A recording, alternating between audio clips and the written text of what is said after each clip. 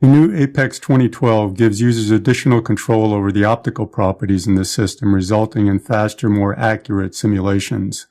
Specifically, the Fresnel coefficient settings can now be done on an object-by-object basis. ABg and K-Correlation functions have been added to the scatter database.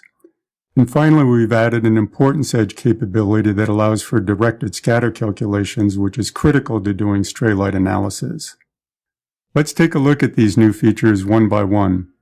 First, remember that the Fresnel coefficient settings can be applied on a global basis through the Project Settings menu as shown here. Let's suppose, however, that I want a different setting on a particular object in the system. The way I do that is by going to the Optics Manager tree, right-clicking on that object, and choosing the Fresnel option here. For instance, in the case of a beam splitter, I might want to fix reflection and transmission independent of angle of incidence. In that case, I would choose the normal incidence approximation. Next, let's take a look at the new scatter models. These are accessed through the Scatter Model Property Manager as shown here. On the left side of the screen, we have our scatter model libraries. The list at the bottom shows predefined scatter functions that are adjustable by the user, including the new ABg and K-Correlation models. If I select on ABg and click the New button, a window appears that allows me to input the 3 ABg parameters. For a description of these parameters, the user is referred to the help file in APEX. In addition to ABg, there's also the K-Correlation model, right here. Again, if I click on the New button, this window allows the user to set the values of the 6 parameters for the K-Correlation scatter model. Details on this can also be found in APEX Help. The ABg and K-Correlation models are similar to the Harvey function and are often used to describe scatter from smooth optical surfaces. Finally, let's talk about the new importance edge feature and how the user goes about setting that up in a system such as this one.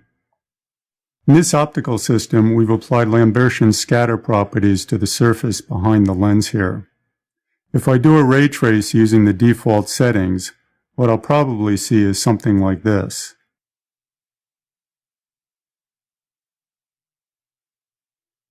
As we can see, rays scatter in all directions in a physically realistic manner.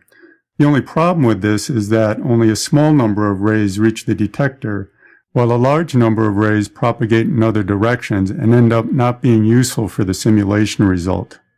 What we want to do here is tell the program to ignore those rays and only trace rays that eventually reach the detector. That's the role of the importance edge. There are 2 steps to setting this up. First, we go to the Optical Geometry tab and select an importance edge. In this case, my detector is rectangular, so I'll specify a rectangular scatter area. When I do that, we see that a small rectangular plane has been positioned at the coordinate origin of the system.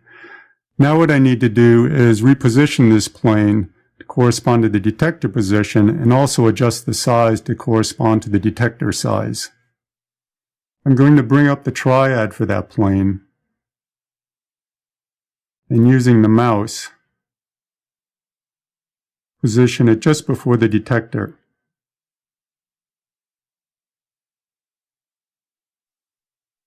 Next, I go to the Feature Manager and edit the sketch for that object.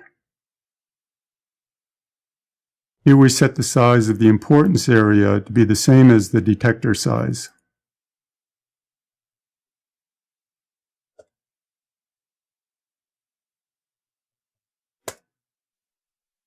The next step is to go back to the Optics Manager to adjust the scattering properties for that surface. Down here it says Scatter Direction. I pull up the list, select Towards Edge, and then over here in the graphic pane, select the appropriate edge. Let's see what the new ray trace looks like.